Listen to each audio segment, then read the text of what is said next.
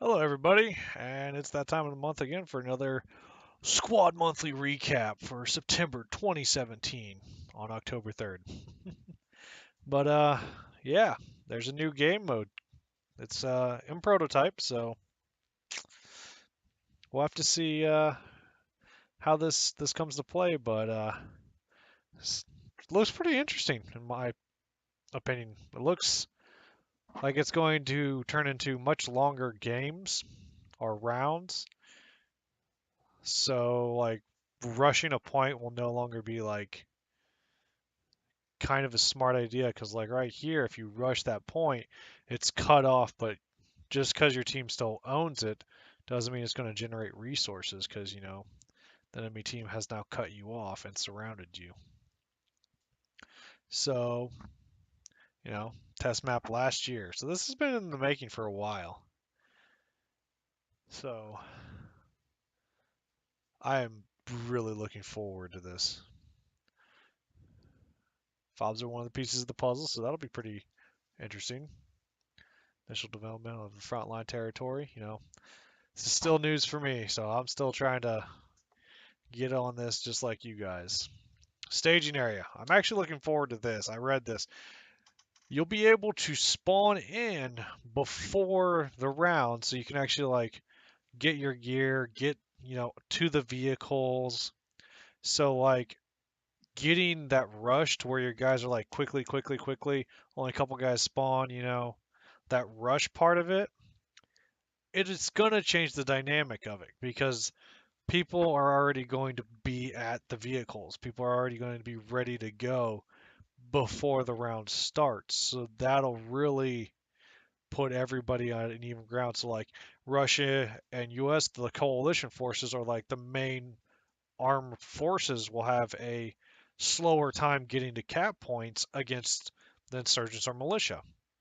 Those techies are so fast that that will give them the extra edge, but at the same time it takes away from that edge of those guys that are been playing the game a while, know how to get to the vehicles quickly and do that. So it kind of makes the playing field a bit more even.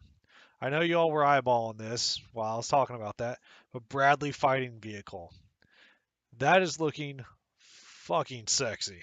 I don't care who you are. I'm so looking forward to this coming into the game because that is going to be so nice to have a US vehicle that's actually going to be able to fucking fight a BTR. And right here, that's not a BTR. But it can fight against a BTR a lot better than that 50 cal where you need two strikers to fight that 30 mil. Whereas I could see a Bradley actually going, toe to toe with it. It might not win the engagement, but it'll be a hell of a lot nicer than fucking trying to, get those two strikers to perfectly coordinate and do all that shit. So it's just, oh, so sexy. This is where you're going to start seeing mechanized infantry come into play, where people are going to be driving these things around, dropping off troops to support positions. It's going to be really interesting. And a new rifle. So the reveal of the M240 in the last recap, they're now ready to reveal the general purpose machine gun, the legendary PKM.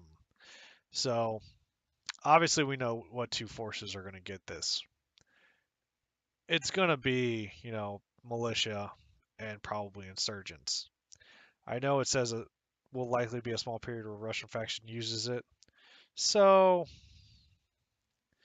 eh, this version of it will be in the Russian faction, but obviously for a short while until they get an updated version of it. So the Russian faction will get to use this, but it's I won't say it's going to be for not a long time because it might take them a bit to get this out, but it's going to be you know it's not going to be there for a while.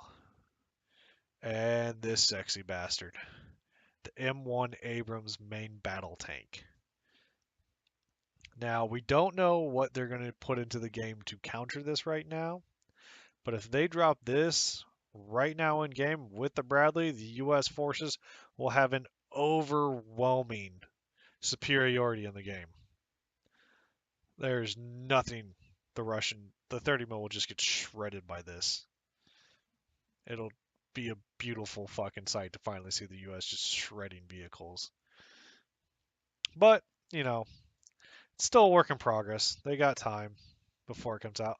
Two variants they're going to come out with is the M1A1 and the M1A2 main battle tanks. So really fucking, let's just marvel that for a second. All right, moving on. New map. I'm not even going to try to fucking pronounce that, but it's a first look at it. It's a winter map.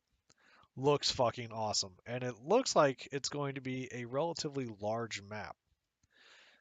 Just by this right here. I want to make sure.